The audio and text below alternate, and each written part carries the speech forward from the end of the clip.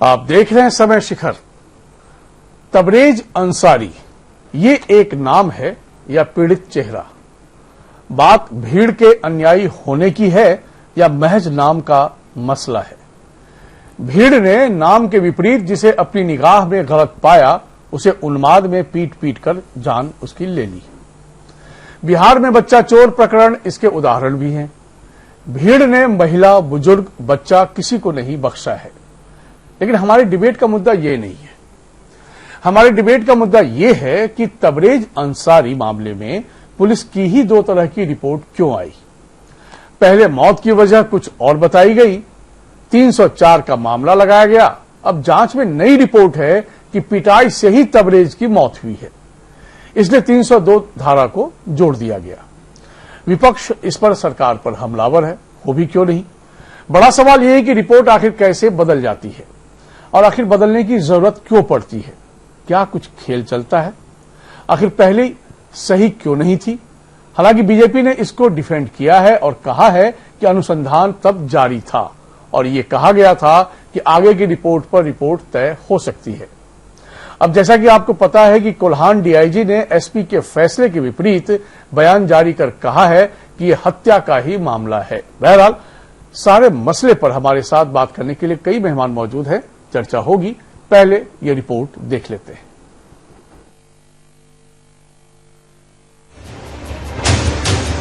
Tabrez Ansari mob lynching मामले में जारी पुलिस विज्ञप्ति पर विपक्ष ने सरकार पर निशाना साधा है और चीजों को मैनिपुलेट करने का आरोप लगा दिया है। पूर्व आईपीएस अफसर और कांग्रेस के वर्तमान प्रदेश अध्यक्ष रामेश्वर उरांव का कहना है कि पुलिस सरकार की कठपुतली है और दबाव में काम करती है। लेकिन इस बार सरकार को विपक्ष का दबाव झेलना पड़ा और मामले पर फिर से जांच कराकर कार्रवाई शुरू करनी पड़ी। इनको तो धारा 302 में केस किए थे, चार्जशीट देना था, कोर्ट पर छोड़ देना था कि कोर्ट क्या करती है, इस पर क्या फैसला देती है, इंतजार करना चाहिए था। ये अपने से धारा बदल दिए, ये गलती की है। विपक्ष के आरोप और पुलिस के यू टर्न पर सत्ता पक्ष डिफेंड कर रहा है। बीजेपी प्रवक्ता प्रतुल शाहदेव ने कहा कि पहले के पोस्टमार्टम रिपोर्ट में ये चीजें सामने आई थी कि हार्ट अटैक से मौत हुई है, इसलिए 302 की धारा की जगह 304 का मुकदमा चलने की बात हुई। लेकिन अनुसंधान जारी था और अब जब ताजा रिपोर्ट है उस आधार पर फिर से आरोपियों पर 302 के मुकदमे के तहत कार्रवाई हो रही है। पुलिस ने चार्जशीट में ये लिखा था कि कोई नई फाइंडिंग आएगी तो एक पूरा चार्जशीट भी हम दाखिल करेंगे और एमजीएम से जैसे रिपोर्ट आई कि इनके सर पे जो चोट लगी थी उसके कारण इनको हार्ट अटैक हुआ, तो पुलिस ने फिर से इसे 302 में तब्दील कर दिया। तो पुलिस ने ऑलरेडी चार्जशीट में जिस चीज को लिखा था कि नई फाइंडिंग्स आएगी तो हम नई धाराएं लगाएंगे, उसके अनुरूप कार्य हुआ और हमने तो लगातार गिरफ्तारियां की, पुलिस अफसरों को सस्पेंड किया। कानून के जानकार मानते हैं कि तबरेज अंसारी वाले मामले में पीड़ित के परिवार को थोड़ा इंतजार करना चाहिए और हाईकोर्ट में अपील कर आरोपियों पर जल्द से जल्द फांसी की मांग करनी चाहिए। जानकार ये भी कहते हैं कि इस मामले पर दो तरह की रिपोर्ट पेश करने से पुलिस कटघरे में खड़ी नजर आती है। डॉक्टर पे दबाव बनने के कारण एक जगह वो हृदय गति रुकने की बात बोलते हैं और फिर पुनः फिर दोबारा कहते हैं कि अपने ही रिपोर्ट को चेंज करके बोलते हैं हड्डी टूटने। तो उनको उसी समय प्रथम जो रिपोर्ट दे रहे तो उसी में ये बात आनी चाहिए। जो डॉक्टर की रिपोर्ट है वो क्लियर नहीं है तो उनको कम से कम डॉक्टर साहब को ये क्लियर करना होगा कि इनकी मौत कैसे हुई। बहरहाल तबरेज की मौत पर जारी ताजा रिपोर्ट ने फिर सूबे में सियासत तेज कर दी है। अब देखना होगा कि आखिर दोषी को सजा और पीड़ित परिवार को इंसाफ कब मिलता है। सहारा समय के लिए रांची से नौशाद।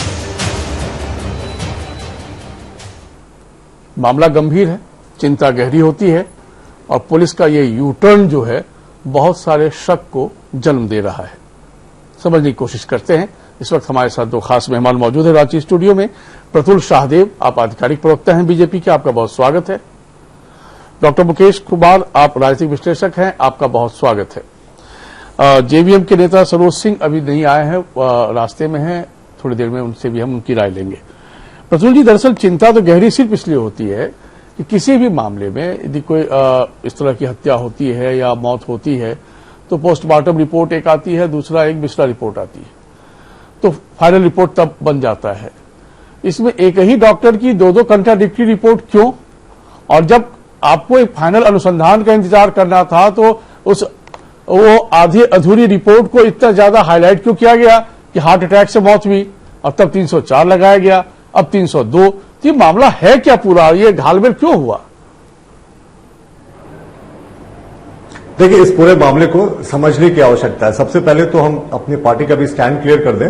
प्रधानमंत्री से लेकर मुख्यमंत्री जी ने भी कहा है कि मॉब लिंचिंग नहीं, और ये पूरी विश्वव्यापी समस्या है। जिस तरीके से फ्लैश मॉब इकट्ठा होकर अपने हिंसात्मक हो जाती है और कानून को अपने हाथ में लेती है, उसका कोई जस्टिफिकेशन की बात करें संजय जी, तो जो मौत हुई उसके बाद उसकी जो पहली जांच रिपोर्ट आई, पोस्टमार्टम विसराई जांच के लिए जो उसका फॉरेंसिक लैब से जो रिपोर्ट आई, उसमें कार्डियक अरेस्ट यानी हार्ट अटैक होने की बात कही गई, लेकिन हार्ट अटैक के कारण उसमें दिखाया नहीं गया। तो पुलिस ने जो पहला एफआईआर किया था वो धारा 302 यानी मर्डर के केस के तहत किया था, लेकिन ये फॉरेंसिक लैब की जो पहली रिपोर्ट आई उसके आधार पर ये 302 को 304 में बदल दिया, गैर इरादतन हत्या करके उसमें धारा लगा दी, और उसके बाद चार्जशीट दाखिल की। लेकिन चार्जशीट में इस बात को पुलिस ने स्पेसिफिकली मेंशन किया कि अनुसंधान जारी है और जैसे रिपोर्ट आएंगी तो धाराएं के बदलने की पूरी संभावना है, ये उन्होंने पहले चार्जशीट में लिखा। उसके बाद एमजीएम में जो सेकेंड ओपिनियन के लिए ये उनकी जांच जो रिपोर्ट गई हुई थी पोस्टमार्टम की, वहां से रिपोर्ट आया कि ये कार्डियक अरेस्ट का मामला बिल्कुल है। लेकिन ये कार्डियक अरेस्ट क्यों हुआ? क्योंकि उसकी सबसे बड़ी वजह थी कि उनके सर में जो चोट लगी, सर के जो चोट के कारण ब्लड फ्लो हुआ, उसके कारण कार्डियक अरेस्ट हुई। तो दोनों रिपोर्ट विरोधाभासी है, ये बिल्कुल नहीं कहा जा सकता। पहली रिपोर्ट में कार्डियक अरेस्ट की बात की गई थी, दूसरी रिपोर्ट में कार्डियक अरेस्ट के कारणों का खुलासा किया गया। फिर पुलिस ने तुरंत उस 304 जो धारा लगाई थी गैर इरादतन, उसको सख्ती से कार्रवाई करते हुए 302 धारा लगा दी। और अभी जो राजनीतिक बयानबाजी हो रही है ये भी निंदनीय है, क्योंकि इन्वेस्टिगेशन जुडिशियल प्रोसेस का हिस्सा है, और इस तरीके से राजनीतिक बयानबाजी करके प्रेशर डालना मुझे लगता है गैर कानूनी है। परवेज अंसारी के केस में हमारी सरकार ने तुरंत 2 थानेदारों को सस्पेंड किया था, एसआईटी का गठन किया था, 1 दर्जन से ज्यादा लोगों की गिरफ्तारियां हुई थी। यही नहीं, लातेहार और रामगढ़ में जहां मॉब लिंचिंग की केसेस हुए हैं वहां फास्ट ट्रैक कोर्ट का गठन करके 1.5 वर्ष के अंदर में 1 दर्जन से ज्यादा लोगों को आजीवन कारावास की सजा दिलाई गई है। तो परवेज अंसारी की बात करें तो रिपोर्ट विरोधाभास नहीं थे, पहले रिपोर्ट में डिटेल्स नहीं बताया गया था कार्डियक अरेस्ट का, दूसरी बात में जब रिपोर्ट में कारण बताए गए तो फिर पुलिस ने 302 की धारा लगा दी।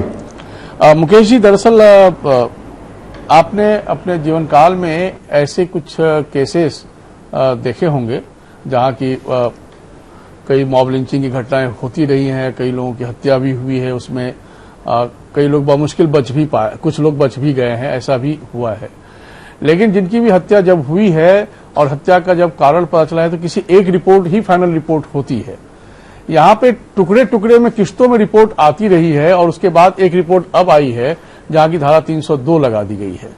रिपोर्ट विरोधाभास नहीं है ऐसा सत्ता पक्ष का कहना है, लेकिन रिपोर्ट इस तरीके से टुकड़े टुकड़े में आती है तो कई तरह के भ्रम को पैदा करती है। तो क्या यह स्थिति आनी आवश्यक थी? संजय जी, जो अभी ये घटना चक्र हो रहा है और तरवेज की जो मौत का मामला है, सबसे बात के 3 बड़े आयाम हैं। सबसे बड़ी बात जो हो रही है वो ये हो रही है कि राज्य, जिसमें कि केंद्र सरकार होती है और राज्य सरकार होती है, उसको संवैधानिक दायित्व होता है। जब वो सत्ता में आती है तो सबसे पहला संवैधानिक दायित्व उसका ये होता है कि अपने आम नागरिक की सुरक्षा करना, उसके जान माल का ख्याल रखना, और अगर इसमें त्रुटि होती है तो सीधे सीधे सरकार इसके लिए दोषी होती है। Life and liberty of a common citizen is the prime duty of A state elected in democratic setup. तो प्रजातंत्र में चुनी हुई की सरकार का पहला दायित्व है कि कोई भी नागरिक उसकी जान माल की हत्या उसकी नहीं जाए। और 72 साल के बाद 72 सालों में कुछ घटनाएं जिसने पूरे देश को आंदोलित करने का मादा रखा है, उसमें तरवेज अंसारी की हत्या एक महत्वपूर्ण विषय है। चूंकि संवैधानिक नागरिक सरकार, आम नागरिक और संवैधानिक जो उसके दायित्व हैं, उसको अधिकार मिला है, तीनों का खंडित हो रहा है। तो ये बहुत महत्वपूर्ण विषय है संजय जी, इसको बड़ी गंभीरता से सरकारों को लेना होगा, चाहे केंद्र सरकार हो, राज्य सरकार हो, उसको इस ढंग से हल्के से नहीं लिया जा सकता है। दूसरी बात है कि अगर जुडिशियल सिस्टम है तो जुडिशियल सिस्टम, अगर इस देश में न्यायिक व्यवस्था है तो न्यायिक व्यवस्था क्या कर रही है? न्यायिक जो व्यवस्था है उसका भी दायित्व है कि वो किसी भी आम नागरिक को अगर ऐसी संभावनाओं में उसके साथ बातें होती हैं और वो अपील में नहीं होता है तो सुओ मोटो जो डिसीजन होता है जुडिशियल एक्टिविज्म के माध्यम से सरकारें लेती है या फिर जुडिशियल सिस्टम लेता है, हाई कोर्ट लेता है या सुप्रीम कोर्ट लेता है। तीसरी बात है, ह्यूमन राइट्स कमीशन का रोल अभी इसमें बिल्कुल नग्न दिखाई दे रहा है। वो एक बड़ी संस्था है, संवैधानिक संस्था है, उसका भी रोल इसमें नहीं दिखाई दे रहा है। इसलिए मैंने पहला आयाम कहा कि सरकार, आम नागरिक और न्यायिक प्रक्रिया तीनों को बड़े जोड़ के देखना होगा और इस ढंग की घटनाएं इस केस में भी जो भी हो उसमें न्याय मिले और भविष्य में नहीं इसको भी सुरक्षित करने की बात करनी होगी। दूसरा विषय यह है संजय जी कि रूल ऑफ लॉ, आ रहा हूं प्रतुल जी, मैं आप ही के पास आऊंगा, तीसरा तो ऑप्शन नहीं है मेरे पास। वो राज्य सरकार का दायित्व है। कंप्लीट होने का मैं इंतजार कर रहा हूं। जी आप बोलिए, कंप्लीट कीजिए अपनी बात आप। कानून का राज्य होता है, अपना दायित्व होता है, रूल ऑफ लॉ होता है। अगर रूल ऑफ लॉ है वो तो स्टेट गवर्नमेंट की का प्रथम दायित्व है। इस केस में रूल ऑफ लॉ झारखंड में पुनः जो है उसमें ग्रहण लगता हुआ दिखाई दे रहा है। जो भी कार्रवाई हो रही है वो कार्रवाई टुकड़े में हो रही है। जिस जगह का आप जिक्र कर रहे हैं कि धाराएं बदलना इतनी आसान बात नहीं है कि फॉरेंसिक लैब आ गया तो उसकी रिपोर्ट आ गई तो फिर पहले हो गया। तो वहां जो है ये केवल ये थानेदार का काम नहीं है, ये एसपी का काम है, ये डीआईजी का काम है, ये आईजी का काम है, डीजीपी का काम है। कुछ छोटी घटना नहीं है, ये मॉब लिंचिंग की एक घटना नहीं है। इस मॉब लिंचिंग घटना से जो दूर के अर्थ निकल रहे हैं, जो कानून की व्यवस्था दिखाई दे रही है, पुलिस की कार्रवाई दिखाई दे रही है, वो बहुत महत्वपूर्ण है संजय जी। तीसरी बात जो नागरिक, अब मैं समझ गया, अगर उसकी मौत होती है तो किस ढंग से वो अपनी व्यवस्थाओं को काम करेगा, मैं समझ ये बहुत महत्वपूर्ण है संजय जी। मैं समझ गया सर, ये संविधान, ये राजनीतिक लड़ाई, मैं जरा प्रतुल जी से एक जवाब ले लूं, संविधान की जो मजबूती है उसको। मैं ठीक सर। प्रतुल जी दरअसल क्या है, आपने भी अपने बयान में अभी चर्चा के दौरान एक बात कही कि जब ये घटना घटी थी तो जो सब इंस्पेक्टर थे उनको निलंबित भी किया गया था, 2 को, और सरकार पूरी सख्त है, राज्य सरकार और केंद्र सरकार दोनों की साफ साफ मंशा ये है कि मॉब लिंचिंग के वो खिलाफ है। हम भी सहमत हैं सर, लेकिन सिस्टम पर सवाल है। सिस्टम पर इसलिए सवाल है कि ये कोई मतलब ओलंपिक रेस का मामला नहीं था जहां की हम बहुत उत्साह में एक बयान दे और एक रिपोर्ट सामने लाए और उसके बाद फाइनल रिपोर्ट का इंतजार करके हम बताए कि नहीं ये फाइनल में नहीं जीत पाए, सेमीफाइनल में हारे थे। तो कहने का मतलब ये मेरा ये है, सिर्फ इतना सा कि यदि एक फाइनल रिपोर्ट आ जाती तभी जब ये बातें सामने आती तो फिर ये इस पिछले रिपोर्ट की हम चर्चा ही नहीं करते, तब एक फाइनल रिपोर्ट होती जो अब सामने आ रही है। इससे फजीहत नहीं होती है क्या? देखिए संजय जी, सबसे पहले तो मैं एक क्विक रिएक्शन दे दूं कि जुडिशियल एक्टिविज्म में इन्होंने कहा कि कोर्ट्स ने सुओ मोटो एक्शन क्यों नहीं लिया। उस पर प्रश्न किया, ये कोर्ट्स का प्रेरोगेटिव है, किस केसेस में वो सुओ मोटो एक्शन लेते हैं। इस पे स्टूडियो में बैठकर टिप्पणी करना बिल्कुल उचित नहीं है। मुझे लगता है ये कंटेम्प्ट के दायरे में भी आता है कि अगर हम कोर्ट को बताने लगे कि आपने ऐसा क्यों नहीं किया और ये गलत है। तो दूसरी बात संजय जी जो आपने कहा, तो सीआरपीसी में अगर आप इन्वेस्टिगेशन के प्रोविजंस को देखें तो बहुत अलग अलग स्तर पर आईओ करता है, उसके बाद इंस्पेक्टर की रिपोर्ट आती है, डीएसपी का सुपरविजन होता है, एसपी का होता है। बहुत केसेस में जो फाइनल रिपोर्ट्स होते हैं, जो आईओ के रिपोर्ट्स होते हैं, वो एसपी तक जाते मैं थोड़ी देर के लिए आपकी इस बात से सहमत भी हो जाऊं तो हम लोगों ने नहीं सर, देखिए मैं आपकी इस बात से संजय जी एक मैं आप ही से रूबरू हूं। आपने नहीं, मैं आप ही से रूबरू हूं। नहीं सर, पर मुझे एक चीज का और जवाब देने दें। इन्होंने सिस्टम पर प्रश्न किया। सिस्टम पर प्रश्न तब होता जब कोई एक्शन नहीं होता। 1 दर्जन से ज्यादा लोगों की गिरफ्तारियां हो चुकी है, 2 दर्जन से ज्यादा लोगों के घर की कुर्की निकल चुकी है, 2 पुलिस अफसरों पर गाज गिर चुकी है। और इस केसेस में हमने तो 2 उदाहरण भी दिए कि लातेहार और रामगढ़ के केसेस में फास्ट ट्रैक कोर्ट चलाकर हम लोगों ने सजाएं भी दी। उन दोनों को आजीवन कारावास हुआ दोनों केसेस में। तो सिस्टम पर सवाल तब होता जब एक्शन नहीं होता।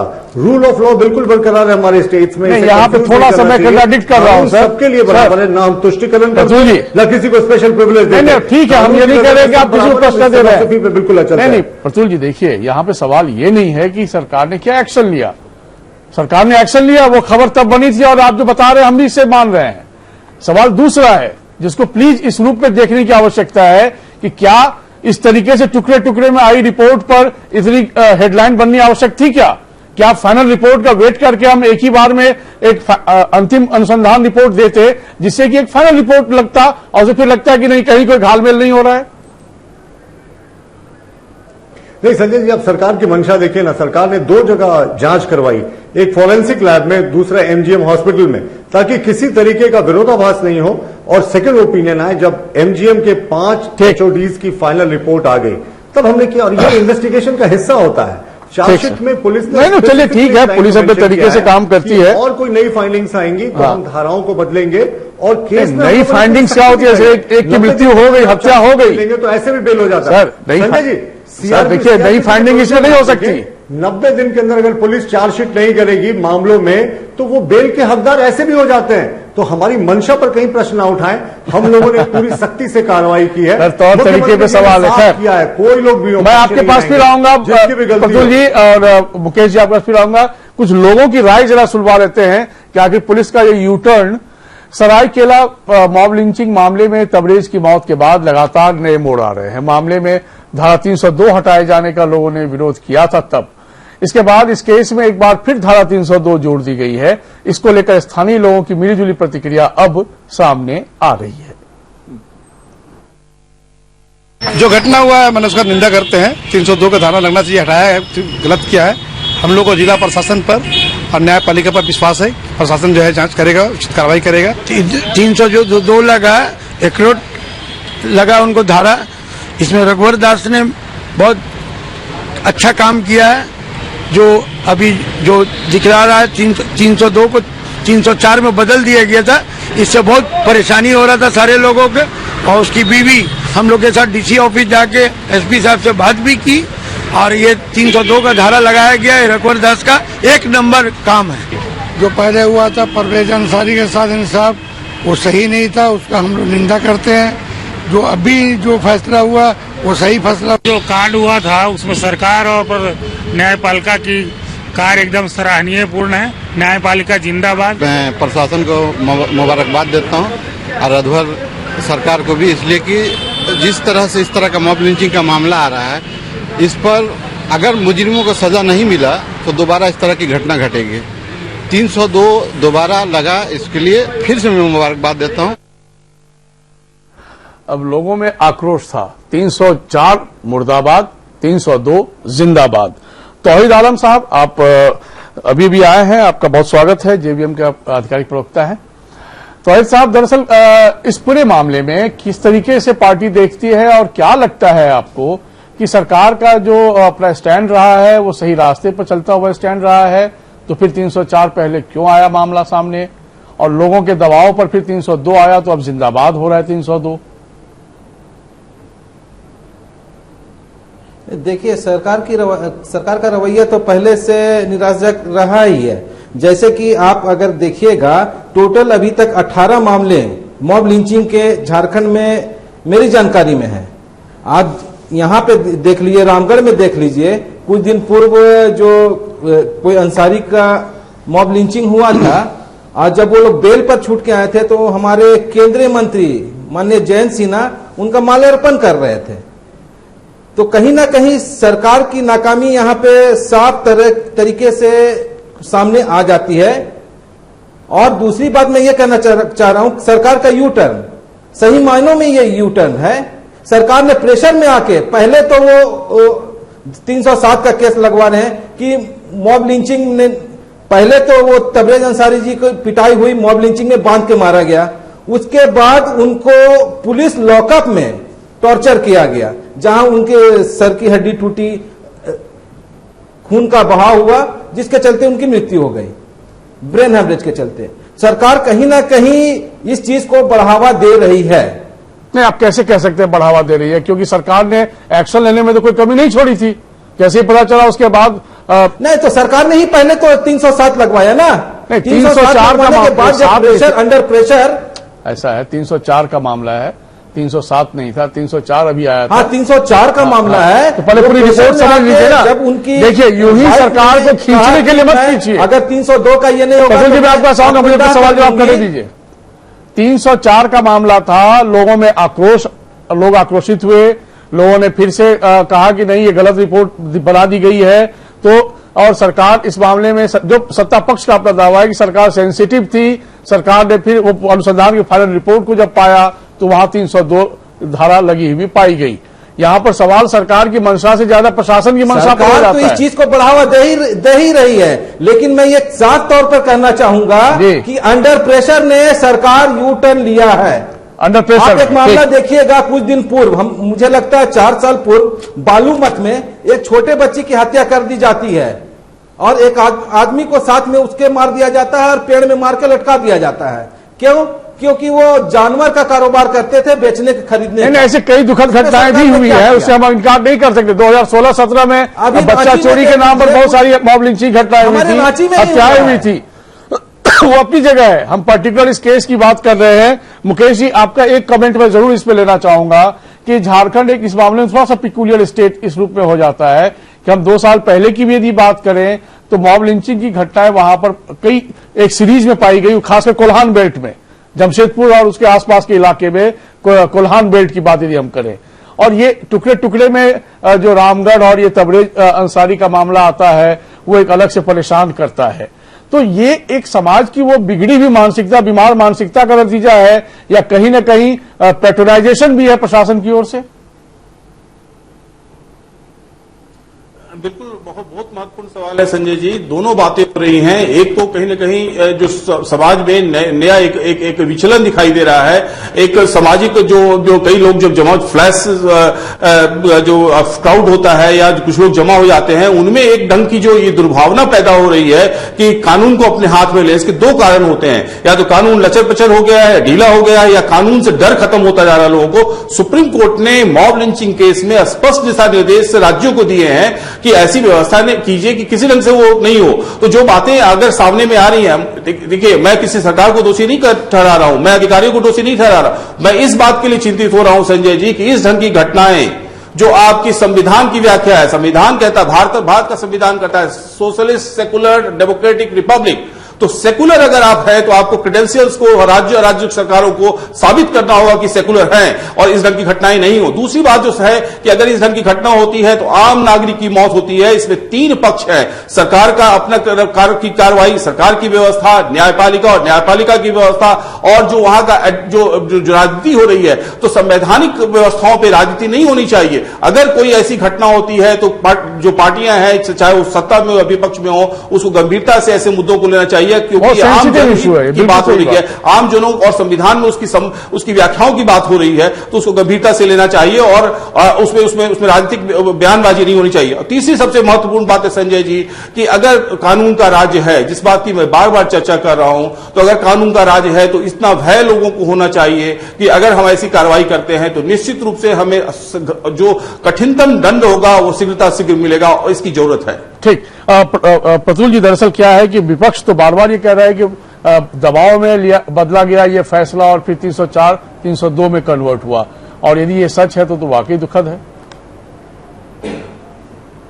देखिए, तौहीद जी के आने के पहले मैंने आपको पूरा सीआरपीसी का प्रोविजन से समझा दिया था कि किस तरीके से पोस्टमार्टम, उतना डिटेल में हम नहीं जाएंगे, लेकिन इनका आरोप क्यों गलत है ये बताइए ना। सीआरपीसी के अपने कुछ कायदे कानून है, इन्वेस्टिगेशन का एक तरीका है, इन्वेस्टिगेशन एक तरीके से होता है, सब्सिक्वेंट रिपोर्ट्स दाखिल करने का उसमें प्रोविजंस होता है। मैंने बताया पहले भी कि एक ही केसेस में कई बार सुपरविजन में जो नॉर्मली आईओ का फैसला होता है उसको एसपी के पलट देते हैं, और एसपी जो चार्जशीट दाखिल करवाते हैं उसे अदालतें नहीं मानती है।